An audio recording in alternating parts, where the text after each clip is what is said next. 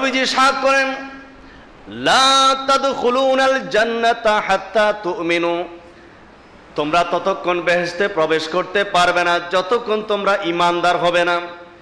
ওয়ালা তুমিনু হাত্তা তাহাব্বু, ততক্ষণ তোমরা ঈমানদার হতে পারবে না যতক্ষণ তোমরা একজন আরেকজনকে মোহাব্বত করবে না।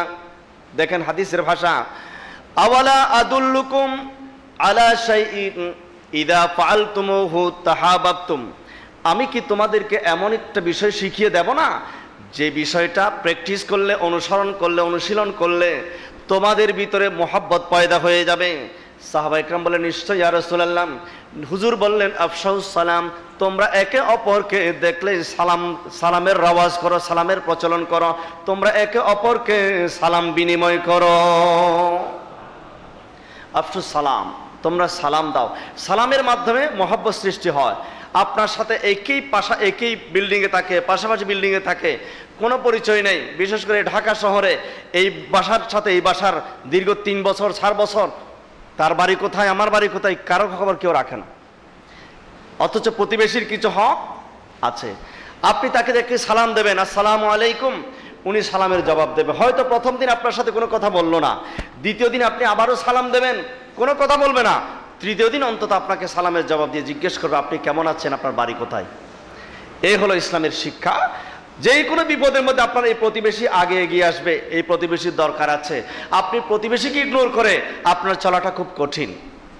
এই জন্য রসুল পাকের কত সায়েন্টিফিক একটা, আপনি হঠাৎ করে মানুষকে জিজ্ঞেস করলে একটা ভেবাচাবা খেয়ে যাবে, কিন্তু আপনি সালামটা দিলেন তখন আপনার প্রতি একটু সফট হয়ে যাবে, আপনার প্রতি একটু সহানুভূতিশীল, আপনার প্রতি একটু মহব্বত সৃষ্টি হবে। একদিন হলো না, 2 দিন হলো না, 3 দিন, 4 দিন, 5 দিনের মাথায় এসে সে অবশ্যই আপনাকে, আপনি যদি দেখেন যে না এই লোকের ভিতরে কোনো রেসপন্স নেই, এই লোক কোনো এর ভিতরে কোনো অনুভূতি নেই, আপনি এইভাবে 8-10 দিন সালাম দেওয়ার পরে দেখবেন আরেকদিন দেখা হওয়ার পর তার দিকে তাকায় থাকবেন, কোনো সালামই দেবেন না, দেখবেন ওই দিন উনি আপনাকে নিজেই সালাম দিয়েছে। এটা আরেকটা কৌশল। যাই হোক, এই সালামের কথা বলতে গেলে অনেক হাদিস শরীফ আসছে সালাম। তাহলে একজন মুসলমানের উপর আরেকজন মুসলমানের হক কয়টা? 6টা। এখন আপনি যদি হক আদায় না করেন, সেই জবাবদিহিতা কিয়ামতের ময়দানে করতে হবে। কারণ হক 2 প্রকার, একটা হলো হকুল্লাহ, আল্লাহর হক, আর একটা হলো বান্দার হক। আল্লাহর হক যদি আদায় করা আপনার উপর ফরজ, যদি না করেন, রব্বুল আলামিন বলেন আমি ইচ্ছা করলে আমার যদি দয়া হয় আমি মাফ করেও দিতে পারি, কিন্তু বান্দার হক যদি কেউ নষ্ট করে, ওই বান্দা যতক্ষণ মাফ করবে না আমি আল্লাহ ততক্ষণ মাফ করব না। নবীজি বলেছেন 6টা হক পায়। আমরা এই হকের উপর কতটুকু যত্নবান, আমরা কতটুকু যত্নশীল, আমরা এই হাদিসটাকে কতটুকু গুরুত্ব দিয়েছি। ইউসাল্লিমু আলাইহি ইদা লাকিয়াহু, যখন সাক্ষাৎ হবে তুমি তাকে সালাম দেবে। ওই সাম্মিতুহু ইজা আতাসা, যখন হাসি দেবে তুমি হাসির জবাব দেবে। হাসি দেয় না? হাসি অনেকে এমন বিকট আওয়াজে দেয়, আশেপাশে কোনো ছোট বাচ্চা থাকলে কেঁপে উঠে। বিকটে হাসি দেওয়া কিন্তু নিষেধ হাদিসের মধ্যে। হুজুর বলেন যদি হাসি আসে তুমি কন্ট্রোল করার চেষ্টা করো, এটা সমাজ একটা পরিবেশ নষ্ট করে বড় হাসি দিলে। আর হাসিটা মূলত এটা খারাপ কিছু না, এটা বেহেশত থেকে আসে। জোরে বলেন সুবহানাল্লাহ। হাসি আসে বেহেশত থেকে, আর হাই আসে দুজক থেকে। এই জন্য হাই আসলে বলতে হয় আস্তাগফিরুল্লাহ, আর হাসি আসলে বলতে হয়, বলেন না কি বলতে হয়? আলহামদুলিল্লাহ বলতে হয়। আদম আলাইহিস ইসলামকে যখন আল্লাহ পাক সৃষ্টি করলেন, আদম আলাইহিস ইসলামের দৈর্ঘ্য ছিল কত গজ? 60 গজ। কি দিয়ে তৈরি করেছিলেন? মাটি দিয়ে তৈরি করেছিলেন। তাফসিরে জালালাইন শরীফের মধ্যে আসছে একেবারে পোড়া মাটি দিলে, এরকম টোকা দিলে টন টন টন টন করতো। তো আদম আলাইহিস ইসলামের দেহ যখন মাটির মধ্যে শোয়ানো হলো, রুহুকে আল্লাহ নির্দেশ দিলেন, রুহু তুমি এই আমার এই আদমের শরীরে প্রবেশ করো। রুহু সেখানে প্রবেশ করলো, প্রবেশ করে সমস্ত শরীর ঘুরে আসলো, আবার ফেরত চলে আসলো। আল্লাহ বলেন কি ব্যাপারে চলে আসছে কেন? আল্লাহ এমন একটা জায়গায় আপনি পাঠালেন যেটার অন্ধকার, সেখানে থাকার কোনো পরিবেশ নাই। আল্লাহ বলেন আমি আলোর ব্যবস্থা করব, একটু পরে আলোর ব্যবস্থা করছি।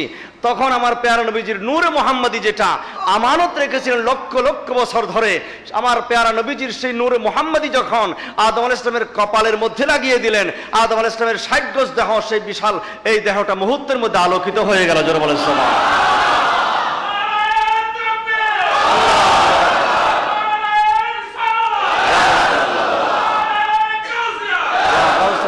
তাকবীর।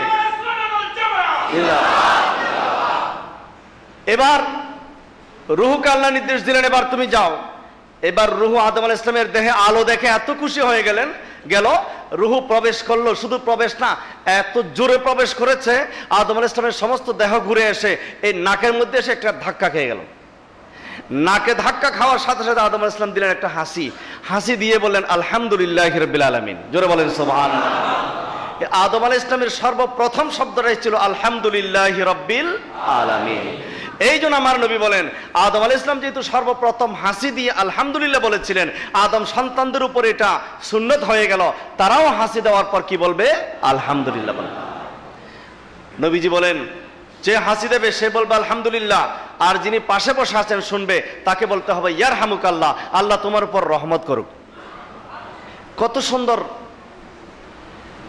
এই সমস্ত অভিনন্দন, অভিবাদন।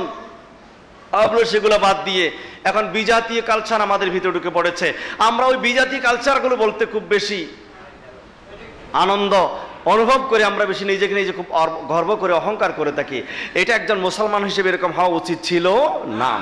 আমরা মুসলমান হতে পেরে খুশি না বেজার? আমাদের পরিচয় হল আমরা মুসলমান। এর চাইতে বড় খুশির খবর, এর চেয়ে আনন্দের বিষয়, এর চেয়ে গর্বের বিষয়, অহংকারের বিষয় আর কিচ্ছু হতে পারে না। আমাদের ধর্ম ইসলাম। এখন তো ওই বিদেশে যাওয়ার জন্য, দুনিয়াবি সুযোগ সুবিধার জন্য নাম থেকে মোহাম্মদ নামটাও কেটে দিচ্ছে আমরা, অথচ রিজিকের মালিক কে? সেই ভরসা আমাদের কাছে না, সে তাওয়াক্কুল আমাদের কাছে নাই, হারিয়ে গেছে। আমি একজনের কথা বলছি না, আজকে সারা পৃথিবীর মানচিত্র দেখুন যে মুসলমানরা নিজেদের আস্থা নাই, আল্লাহর উপর আস্থা নাই, আল্লাহর উপর তাওয়াক্কুল নেই। এই জন্য কৌশলে কিভাবে নিজের নামটা আমি মুসলমানের পরিচয় দিতে চাই না। আল্লামা ইকবাল বলেন, ওয়াজামানে মে মুআজ্জাজতে মুসলমান হুকর, এমন একটা সময় ছিল মুসলমান বলতেই নিজেদেরকে গর্ববোধ করত যে আমি মুসলমান। আর বিজাতিরা দেখলে বাবারে বাবা মুসলমান আসতেছে, জোরে বলেন সুবহানাল্লাহ। আবি তুম খার হুয়ে তারেকে কোরআন হুকর, আর এখন তোমরা নির্যাতিত, নিপীড়িত, লাঞ্ছিত, বঞ্চিত এই মুসলমান জাতিরা আজকে কেন? একমাত্র কারণ হলো পেয়ারা নবীজির আদর্শ তাদের কাছ থেকে বিতাড়িত হয়ে গেছে। আর আমাদের জাতীয় কবি নজরুল তো আমাদেরকে উজ্জীবিত করেছেন, আমার কিসের শঙ্কা, আমার কিসের শঙ্কা, কোরআন আমারই ডঙ্কা। জোরে বলেন সুবহানাল্লাহ। আমার কিসের চিন্তা, আমার ডঙ্কা, আমার কোরআনে কারীম তো আমার আছে। আমার কিসের শঙ্কা, কোরআন আমারই ডঙ্কা, ইসলাম আমারি ধর্ম, মুসলিম আমারি পরিচয়, আল্লাহ আমার প্রভু, আমার নাহি নাহি ভয়, আমার নবী মুহাম্মদ, আমার নবী মুহাম্মদ, যাহার তারিফ জগতময়, আল্লাহ আমার প্রভু, আমার নাহি নাহি ভয়, আল্লাহুম্মা। একজন মুসলমান আরেকজন মুসলমানের কাছ থেকে কয়টা হক পায়? 6টা হক। 1 নম্বর হলো দেখলেই সালাম দেবে, 2 নম্বর হলো হাসি দিলে হাসির জবাব দেবে। আর জবাব দেওয়ারও একটা পদ্ধতি আল্লাহ রসুল আমাদেরকে শিক্ষা দিয়েছেন, যে যিনি হাসি দিলেন তিনি বলবেন আলহামদুলিল্লাহ, আর জবাব যিনি দেবেন তিনি বলবেন ইয়ারহামুকাল্লাহ। দেখেন কত সুন্দর কালচার। 3 নম্বর হলো ওয়ায়ুজিবহু ইযা দাআহু, কোন মুসলমান যদি আপনাকে দাওয়াত দেয় সেই দাওয়াতের মধ্যে সাড়া দিতে হবে। কোন মুসলমান যদি আপনাকে ডাক দেয় সেই ডাকের মধ্যে আপনাকে সাড়া দিতে হবে, এটা হক। আপনি যদি না দেন তাহলে আপনি একজন মুসলমানের হক নষ্ট করলেন। এটার অনেক ব্যাখ্যা আছে, সময়ের সংক্ষিপ্তে সেদিকে আর যাব না। ওয়ায়াউদুহু ইদা মারিদা, কোন মুসলমান যদি অসুস্থ হয়ে যায় আপনার দায়িত্ব হলো তার সেবা করা। আজকে সেই সেবাটা আমাদের ভিতরে নাই। আমাদের ইসলামের সংস্কৃতির ভিতর থেকে এটা আমরা বিদায় করে দিয়েছি। আমরা মনে করি এগুলো খ্রিস্টানদের কাজ, এটা বিধর্মী এনজিওদের কাজ। আমাদের চরিত্র এখন তারা নিয়ে ফেলেছে, আবার সে এনজির বিরুদ্ধে স্লোগান মিছিলও করা হয়, নিজেও করে না, কাউকে করতেও দেবে না। কথা ঠিক কিনা? এটা তো আমাদের চরিত্র। হুজুর নবী করিম সাল্লাল্লাহু আলাইহি ওয়াসাল্লাম ইরশাদ করেন, সকালবেলা যদি তুমি কোনো তোমার বাড়ির পাশে, তোমার পড়শি, তোমার এলাকায় যদি কোনো রোগী ব্যক্তিকে অথবা হাসপাতালে যদি কোনো একজন রোগীকে দেখতে যাও, তার কপালের মধ্যে হাত রাখো, তাকে যদি জিজ্ঞেস করো ভাই তোমার কেমন লাগছে, আর বেশি কিছু না, এতটুকু। আমার নবী বলেন আল্লাহ পাক রব্বুল আলামিন 70 জন ফেরেশতা নিযুক্ত করে দেন, সন্ধ্যা পর্যন্ত এই বান্দার জন্য দোয়া করতে থাকবে। আপনি কাজ করলেন কিনা, একজন রোগী ব্যক্তির কপালে হাত রাখলেন, বাস তাকে একটু জিজ্ঞেস করলেন, কিন্তু আপনার জন্য দোয়া করার জন্য 70 জন ফেরেশতা রেডি হয়ে গেল, সকাল থেকে সন্ধ্যা পর্যন্ত আপনার জন্য গুণমাপ চাইতে থাকবে। আর সন্ধ্যাবেলায় যদি আরেকজন রোগী দেখতে যান, তাহলে আগামীকালকে সকাল পর্যন্ত আরো 70 জন ফেরেশতা। মানবতার ধর্ম ইসলাম, এগুলো আমাদেরকে প্র্যাকটিস করতে হবে, মানুষকে শেখাতে হবে, জানাতে হবে। তাইলে এই রোগীর সেবা, মানবতার সেবাগুলা আমাদের চরিত্র, এটা খ্রিস্টানদের চরিত্র না, এটা ইহুদিদের চরিত্র না, এটা আমাদের চরিত্র। ওরা চুরি করে নিয়ে গেছে, আমরা খালি পড়ে আছি। আল্লামা ইকবাল আক্ষেপ করে বলেছে, হেকমত হুই হামারে উল্লু বানে রহে হাম। জ্ঞান, বিজ্ঞান, হেকমত সব তো আমাদের সম্পদ, কিন্তু এগুলো আমরা তাদেরকে দিয়ে এখন আমরা পেছার মতো বসে আছি। পেছার দিনের বেলায় চোখ বন্ধ করে সূর্য যেন না দেখে, বলে সূর্য আমি দেখবো না। সূর্য না দেখলে, পেছা না দেখলে সূর্যের কোনো ক্ষতি আছে? উল্লু বানে রহে হাম, আমরা পেছার মতো হয়ে বসে আছি।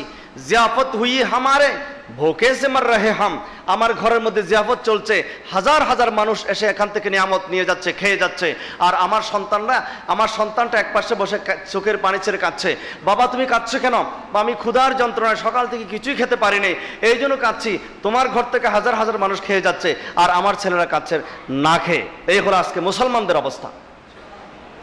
আমরা আমাদের সংস্কৃতি থেকে দূরে সরে গেলাম, আমরা আমাদের কালচার বিদায় করে দিয়েছি, এই জন্য আমাদের আজকের এই অবস্থা।